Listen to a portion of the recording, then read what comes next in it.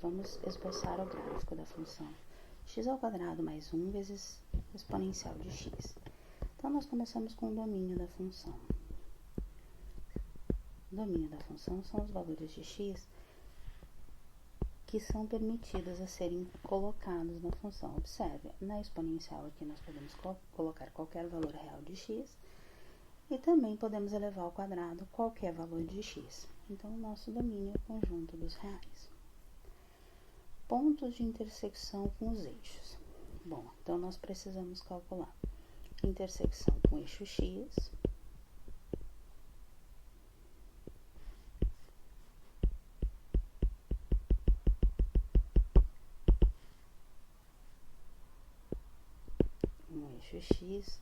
nós vamos fazer f de x igual a zero.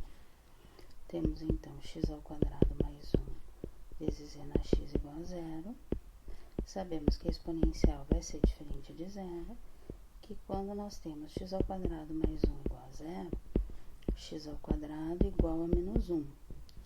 Dentro do conjunto dos reais não existe nenhum valor de x que eu possa elevar ao quadrado e encontrar como resultado menos 1. Então, esse x que satisfaz essa expressão, ele não pertence aos reais. Então, nós podemos dizer que não há intersecção com o eixo x. Intersecção com o eixo y. Aí, nós vamos calcular f de zero. F de zero, 0 ao quadrado mais 1, vezes e na zero. Isso é 1. Terceiro passo na nossa lista aqui, então, vai ser calcular a primeira derivada. Então, vamos fazer f' de x. A nossa f de x é um produto de duas funções. Então, nós vamos usar a regra do produto. Vamos copiar x² mais 1, derivar o e na x, que é e na x. Vamos agora derivar x² mais 1, que é 2x, e copiar o e na x. Podemos colocar o e na x em evidência. Fica x² mais 2x mais 1. Lembrando do trinômio quadrado perfeito, podemos escrever e na x, x mais 1 ao quadrado. Bom, para que a gente calcula a primeira derivada quando a gente está fazendo os gráficos? Porque a gente quer encontrar os pontos críticos e porque a gente quer analisar os intervalos de crescimento e decrescimento da função. O que são os pontos críticos? São os candidatos a pontos de máximo e mínimo. Então, primeiro, vamos igualar a derivada a zero. Então, faremos e na x vezes x mais 1 ao quadrado igual a zero. De novo, e na x não é zero. Então, x mais 1 ao quadrado igual a zero. Quer dizer que x mais 1 tem que ser zero. Quer dizer que x é igual a menos 1. Em x igual a menos 1, nós podemos ter um ponto de máximo ou um ponto de mínimo. Tá? Esse x menos 1 pode ser a abscissa de um ponto de máximo ou de um ponto de mínimo. Pode ser. Por que eu não tenho certeza?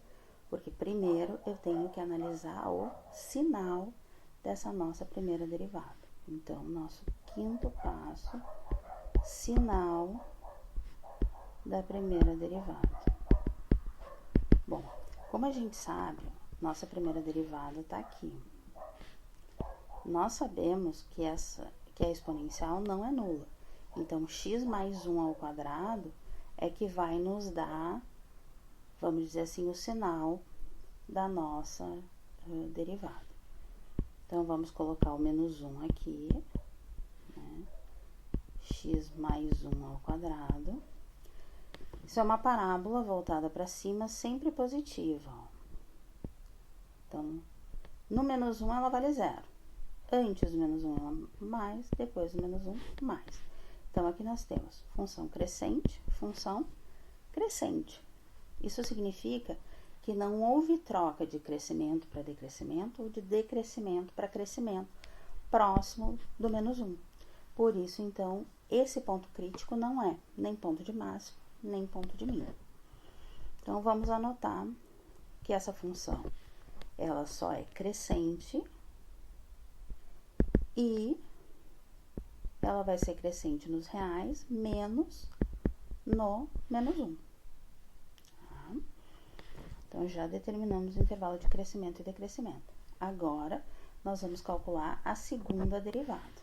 Então, nós vamos copiar aqui a primeira derivada, que é x mais 1 ao quadrado vezes e na x, e vamos derivar novamente.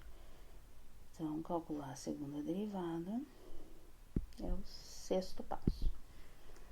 F, duas linhas. Então, temos um produto. Então, copiamos x mais 1 ao quadrado, derivamos v na x, e na x. Derivamos x mais 1 ao quadrado. Pensa em u quadrado. Então, é 2x mais 1. A derivada do x mais 1 é 1 vezes e na x.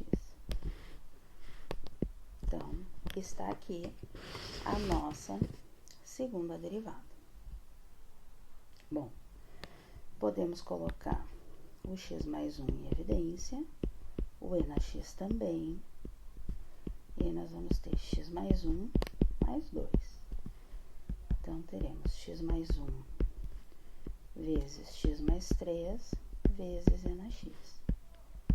Eu escrevi dessa forma, como a forma de um produto, para que fique mais fácil a gente analisar o sinal da segunda derivada, para a gente obter a concavidade do nosso gráfico. Bom, o sétimo passo aqui na nossa lista é encontrar os pontos de máximo e mínimo. Então, nós observamos no passo 5 que o ponto menos 1, f de menos 1, não é ponto de máximo ou mínimo, porque f' de x maior que 0 para x menor do que menos 1 e para x maior que menos 1. Então, não há troca do sinal da primeira derivada. Oitavo passo, então, concavidade e pontos de inflexão. Então, nós vamos analisar o sinal da segunda derivada. Vamos começar, então, igualando essa segunda derivada a 0. X mais 1 vezes x mais 3 vezes e na x igual a 0. De novo, lembrando, a exponencial não vai ser 0. Então, pode ser que o x mais 1 seja 0, ou seja, o x pode ser menos 1, ou pode ser que o x mais 3 seja 0, ou seja, x igual a menos 3. Como é que a gente estuda o sinal? Então, fazemos uma reta para o x mais 1, fazemos uma reta para o x mais 3, e o produto é para nós a segunda derivada. Então, x mais 1 é zerado pelo menos 1, então nós vamos colocar aqui o x mais 3 aqui, e aí nós podemos fazer uma reta crescente aqui, e aí colocar o sinal. Antes do menos 1 aqui nós temos uma reta abaixo do eixo x, sinal negativo. Acima, sinal positivo. Depois, nós temos aqui no x mais 3 também, é uma reta positiva, então, crescente, então, sinal negativo antes do menos 3, sinal positivo depois. Agora, então, vamos fazer a análise do sinal dessa segunda derivada. Menos 3, menos 1. Então, vamos observar aqui, ó, nessa parte, do menos infinito até o menos 3, nós temos sinal negativo na primeira linha com sinal negativo na segunda. Menos vezes menos, mais. Agora, vamos analisar aqui, entre o menos 3 e o menos 1. Primeira linha, menos, segunda linha, mais. Então, nós temos aqui menos vezes mais, menos. Depois, como um terceiro espaço, né, acima do menos 1, nós vamos ter positivo na primeira linha, positivo na segunda linha.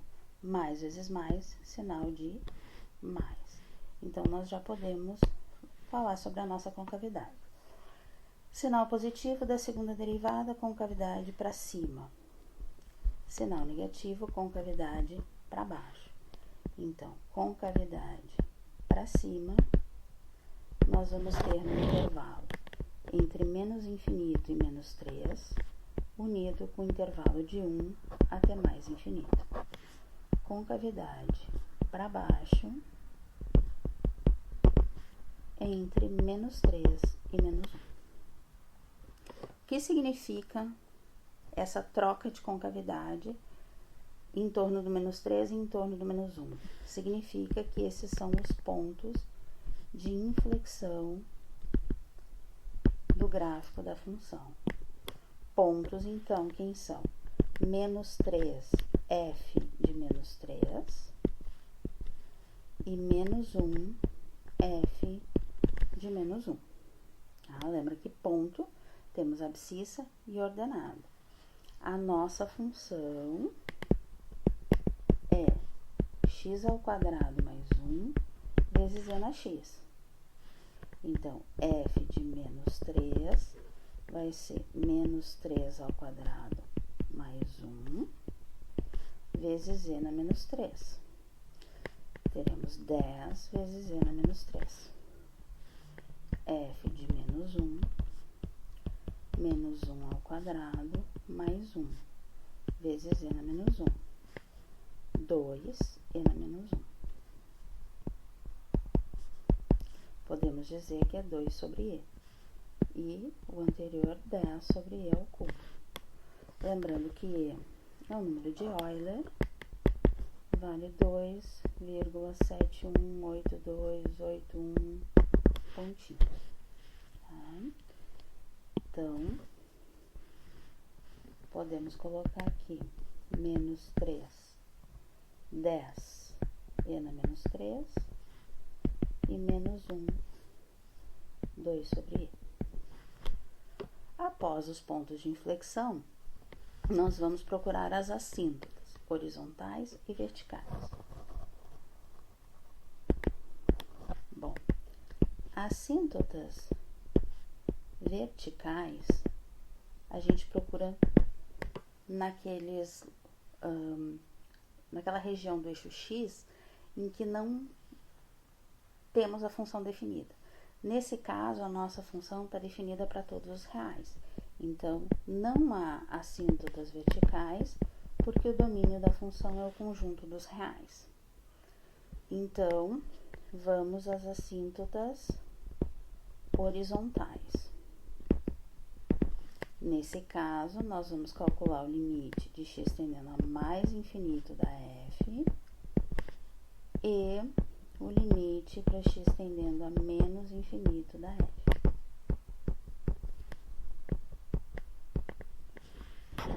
Então, limite quando x tende a mais infinito de x² mais 1 e na x vai ser infinito vezes infinito. Temos um infinito. Essa função cresce. Quando x tende a menos infinito, observem que o e na x aqui vai ter um expoente negativo. Com esse expoente negativo, esse termo iria para o denominador. Então, eu posso pensar nesse limite como o limite quando x tende a infinito de x² mais 1 dividido por e na x.